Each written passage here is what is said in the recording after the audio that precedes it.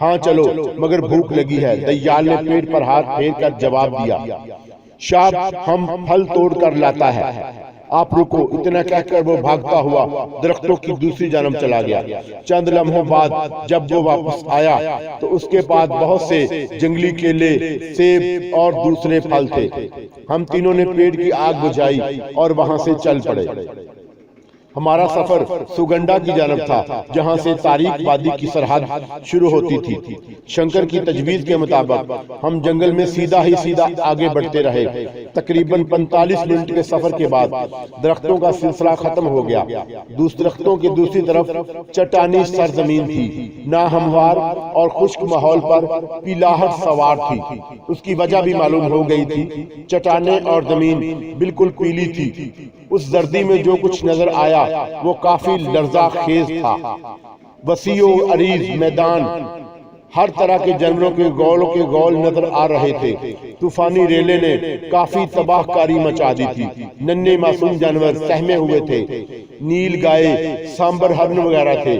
ہاتھیوں کا پورا خاندان نظر آیا اور بہت سے شیر، چیتے، بھیڑیے، باراسنگے بھی نظر آئے تھے۔ طوفانی ریلا واقعی تباہ کن تھا۔ اس تباہ کن ریلے نے کمزور جانوروں کو طاقت جانور کے رحم و کرم پر ڈال دیا تھا۔ منظر کافی متاثر کن تھا۔ موت کے اس مرحلے سے نکلنے کے بعد ایک بار پھر طاقت کا قانون کمزور پر لاگو ہو گیا تھا۔ یہ منظر میں زندگی میں کبھی نہیں بھول سکتا۔ چند معصوم اور وحشی جانوروں، چرند پرند درندوں کی لاشیں موجود تھی۔ کافی خوراک کا انتظام موجود ہے۔ میں نے لاشوں کی طرف دیکھ کر کہا، شاپ اس طرف سے جانا ڈینجر ہے۔ شنکر بولا۔ میں نے ٹھنڈی سانس لی اور متاثر کن لہجے میں دیال کو مخاطب کیا، دیکھو کمزور جانور طاقتور جانوروں کے رحم و کرم پر ہیں، کیا کہتے ہو؟ یہی کہ طاقتور ہمیشہ کمزور پر غالب ہے۔ دیال نے شانے اچکاتے ہوئے جواب دیا، مگر سب سے بڑی طاقت اللہ کی ہے، جس نے ساری قوتوں میں توازن پیدا کر رکھا ہے۔ میں نے شانے اچکاتے ہوئے جواب دیا۔ دیال نے میری بات کا کوئی جواب نہ دیا۔ شاب ہم درختوں کے درمیان ہو کر چلنا چاہیے، جنگلی جانور کا کوئی بھروسہ نہیں، ویسے بھی پریشان ہیں سب جانور۔ شنکر دیال سے بولا، کیوں؟ ہم سب واپس چلتے ہیں جہاں سے آئے تھے۔ شاب ہم کو سیدھا ہی جانا ہوگا، کیونکہ سوگنڈا یہاں سے دائیں طرف ہے، وہ وہاں ٹھیک ہے۔ ہم لوگوں کو درختوں کے اختتامی سلسلے کی جانب سفر کرنا چاہیے تاکہ ہم ان درندوں سے محفوظ رہ کر جلد از جلد منزل تک پہنچ سکے۔ میں نے کہا، ہم نے درختوں کے اختتامی سلسلے کی جانب سفر شروع کر دیا۔ ایک عجیب سی اداسی مجھ پر سوار تھی۔ کمزور جانوروں کی بے بسی نے مجھے مزمحل کر دیا تھا۔ کمزور جانور پانی سے بچے تو طاقتور جانوروں کے مضبوط شکنجے میں آ گئے۔ اب وہ اپنی بھوک مٹانے کے لیے ان کا شکار کریں گے۔ جنگل کے کنارے سفر کرتے کرتے رات ہو گئی تھی۔ عجیب سفر تھا جس میں ایک اداسی سی مسلط تھی۔ جانوروں کی آوازیں تک سنائی نہیں دے رہی تھی۔ جنگل میں بھیانک کا سناٹا مسلط تھا۔ اس سناٹے سے سخت وحشت ہو رہی تھی۔ جنگل کے کنارے سفر کرتے کرتے رات ہو گئی تھی۔ جسم پر تھکن کا احساس سوار تھا۔ رات کو حویج ضروریات سے فارغ ہو کر ہم دونوں جنگل میں آگ لگا کر بیٹھ گئے تاکہ مچھروں اور درندوں سے محفوظ رہا جا سکے، جبکہ شنکر کچھ کھانے پینے کا بندوبست کرنے گیا تھا۔ کیا تم کو یقین ہے ہم اپنی منزل تک پہنچ جائیں گے؟ ضرور یقین ہے کہ میں ضرور کامیاب ہوں گا، تم نہیں جانتے اس سفر کے لیے میں نے کتنا انتظار کیا ہے۔ دیال کا لہجہ عجیب سا ہو گیا۔ میں تو اتنا جانتا ہوں کہ میں تمہارے ساتھ اس لیے ہوں کہ میں بے گناہ جیل نہیں جانا چاہتا۔ خزانہ حاصل کرنے کے بعد تم مجھے بے گناہ ثابت کرو گے۔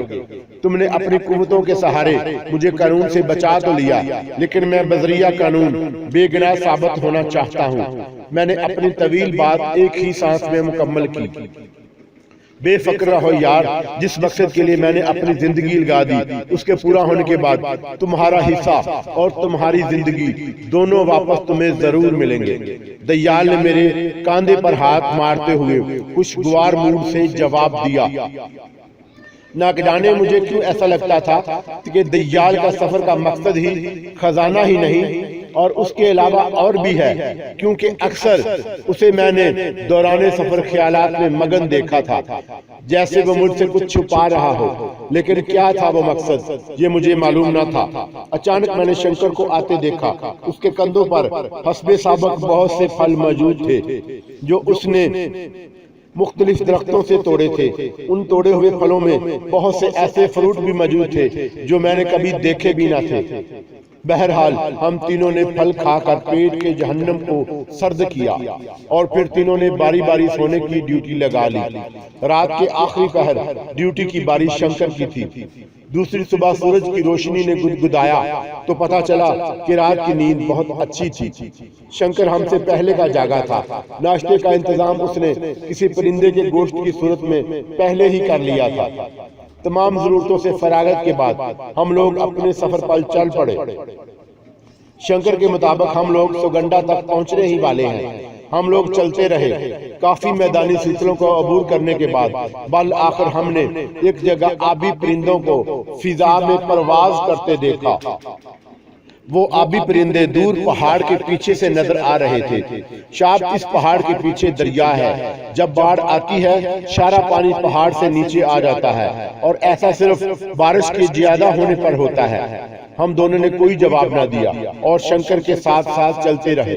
کافی دیر بعد جب ہم پہاڑ کے نزدیک پہنچے تو حیرت سے میری آنکھیں کھل گئیں۔ میں نے زندگی میں کبھی اس قدر سیاہ رنگ کا پہاڑ نہیں دیکھا تھا۔ پہاڑ پر بارش اور پانی اترنے کے تمام آثار موجود تھے۔ اوپر جانے کا راستہ اس طرف ہے، شنکر نے اپنے بائیں جانب اشارہ کرتے ہوئے کہا۔ ہم نے مڑ کر دیکھا تو واقعی بائیں جانب ایک چھوٹی سی پگڈنڈی بنی تھی جو کہ آڑی ترچھی ہو کر اوپر جا رہی تھی۔ ہم تینوں نے اس کے اوپر چڑھنا شروع کر دیا۔ 2 گھنٹے کی طویل مشقت کے بعد ہم اس پہاڑ پر چڑھ چکے تھے۔ اوپر کا منظر نہایت شاندار تھا۔ پہاڑ کے وسط میں نہایت خوبصورت اور ٹھاٹھے مارتا دریا بہہ رہا تھا۔ سب سے حیرت انگیز بات یہ تھی کہ اس دریا کی چوڑائی بھی کافی زیادہ تھی، جس سے ٹھاٹھے مارتا پانی آگے جا رہا تھا۔ دریا سے تھوڑے فاصلے پر ایک نہایت طویل جھرنا تھا جس کا پانی بھی دریا میں گر رہا تھا۔ یہ دریا کہاں جا کر ختم ہوتا ہے اس کا اندازہ لگوانا دشوار تھا، کیونکہ تاحد نگاہ پانی ہی پانی تھا جو کہ ٹھاٹھے مار رہا تھا۔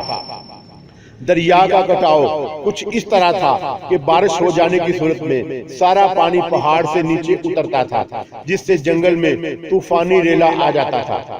آسمان پر چاروں طرف آبی پرندے نظر آ رہے تھے۔ منظر نہایت خوبصورت اور سحر انگیز تھا۔ اب ہمیں انسانی شکل والی چٹان تلاش کرنی ہے، وہاں پر مسرت لہجے میں بولا۔ قارئین کے لیے میں ایک بات اور گوشت گزار کر دوں، جب مجھے اور دیال کو شنکر کے سامنے کوئی بات کرنی ہوتی جو ہماری مہم سے متعلق ہوتی تو ہم دونوں انگریزی میں کرتے تھے۔ چنانچہ ابھی ہم دونوں نے انگریزی میں بات کی تھی۔ میں اسے جواب دینا ہی چاہتا تھا کہ اچانک میری نظر پانی سے ابھرتی ایک چیز پر پڑی۔ وہ چیز آہستہ آہستہ پانی سے باہر آ رہی تھی۔ وہ ایک چٹان تھی جس کی شکل مردانہ تھی، کسی آدمی کی ابھری ہوئی صورت تھی۔ جیسے ہی وہ چٹان پانی سے باہر آئی میں نے دیکھا کہ اس کا رنگ سبز تھا۔ اسے دیکھ کر ایسے لگتا تھا کہ جیسے کوئی آدمی سوچ میں مگن ہو۔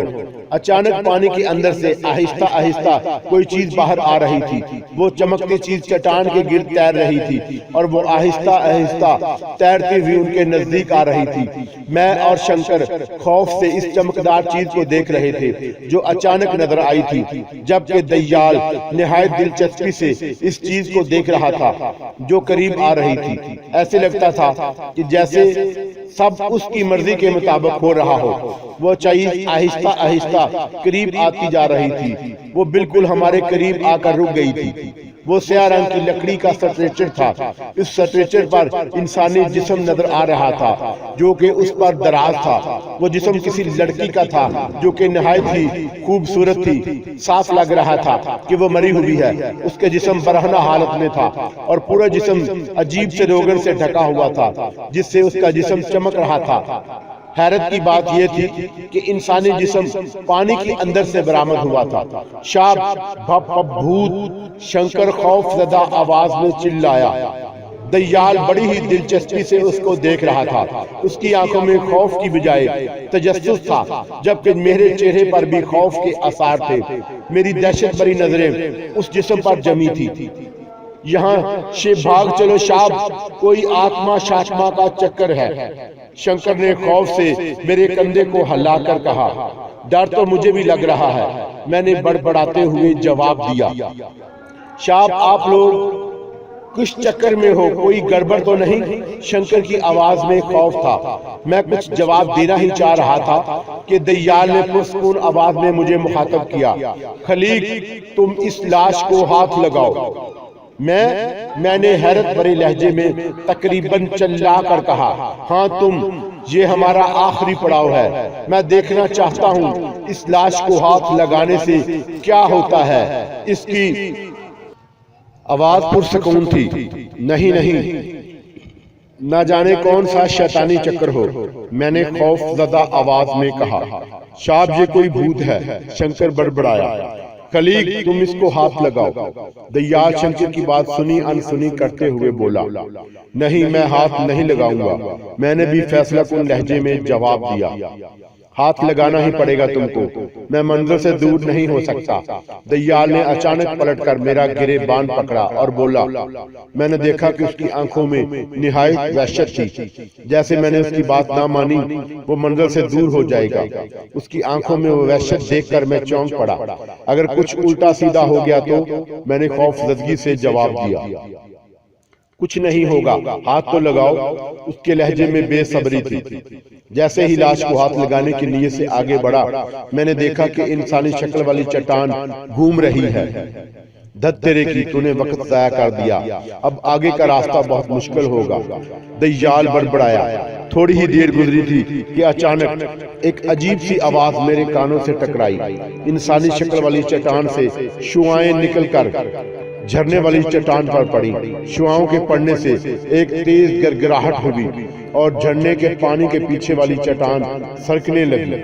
چٹان کے ہٹنے سے پانی کے پیچھے ایک دروازہ نظر آنے لگا۔ اس دروازے کے اندر گھپ اندھیرا تھا، وہ رہی تاریک وادی۔ دیال خوشی سے چلایا، جبکہ شنکر حیرت سے اس راستے کو ظاہر ہوتے ہوئے دیکھ رہا تھا۔ او بھگوان، شاب جادو، چلو وادی میں۔ دیال میرا ہاتھ پکڑ کر کھینچنے لگا۔ چل رہا ہوں یار، میں نے شنکر کو اشارہ کیا۔ شاب ہم اندر نہیں جائے گا، ہم کو ڈر لگتا ہے۔ چنانچہ ہم نے اس کو مجبور نہ کیا اور چٹانوں کو عبور کرتے کھلے دروازے سے اندر داخل ہو گئے۔ سچی بات تو یہ ہے کہ اس کھلنے والے دروازے سے اندر داخل نہیں ہونا چاہتا تھا، مگر میں تو موت کے خوف کی وجہ سے اندر داخل ہو رہا تھا۔ اگر میں اس کو منع بھی کر دیتا تو ہو سکتا تھا کہ وہ مجھے لے کر نہ جاتا، مگر شاید اپنی شیطانی قوتوں کی مدد سے پولیس کو انفارم کر دیتا، یا تو پھانسی یا پھر عمر بھر کی جیل میرا مقدر ہوتی۔ یہ سب نہ ہوتا وہ مجھے مار بھی سکتا تھا۔ اس نے وعدہ کیا تھا کہ خزانہ ملنے کے بعد وہ میری بے گناہی ثابت کرے گا، مگر کیسے، یہ بڑا سوال تھا۔ شاید اپنی قوتوں سے، یا پھر شاید خزانہ ملنے کے بعد وہ اپنے وعدے سے مکر جائے اور مجھے اسی وادی میں دفن کر کے چلا جائے۔ اگر ایسا ہوتا بھی ہے تو میں نے بھی سوچ لیا تھا کہ آخری سانس تک اپنی جان کے لیے لڑوں گا، پھر چاہے کچھ بھی ہو۔ چنانچہ میں اسی خیال کے پیش نظر اس دروازے سے اندر داخل ہو گیا۔ اس نے میرا ہاتھ تھام رکھا تھا اور ہم دونوں اندر داخل ہو چکے تھے۔ اندر بہت گھپ اندھیرا تھا اور ساتھ میں زیادہ ٹھنڈ کا احساس محسوس ہوا۔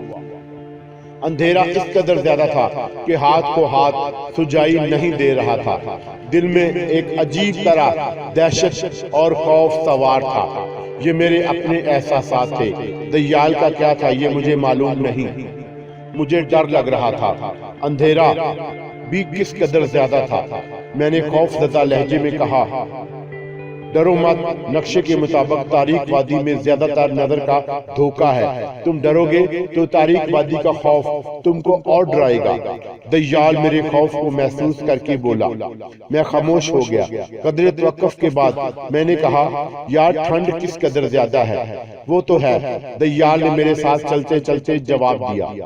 ہم دونوں بس اندازے کی بنیاد پر چل رہے تھے، ایک دوسرے کا ہاتھ پکڑ کر ہم دونوں چل رہے تھے۔ ہمیں یہ بھی معلوم نہ تھا کہ ہم کو جانا کہاں ہے اور نہ ہم کو راستہ دکھائی دے رہا تھا۔ مختلف حشرات الارض کی آوازیں ہمیں ہر طرف سے گونجتی محسوس ہو رہی تھی۔ مینڈک، جھینگر کی آواز میں نے واضح محسوس کی تھی۔ خوف کا احساس بڑھتا جا رہا تھا۔ اچانک چلتے چلتے ایک عجیب سی آواز گونجی۔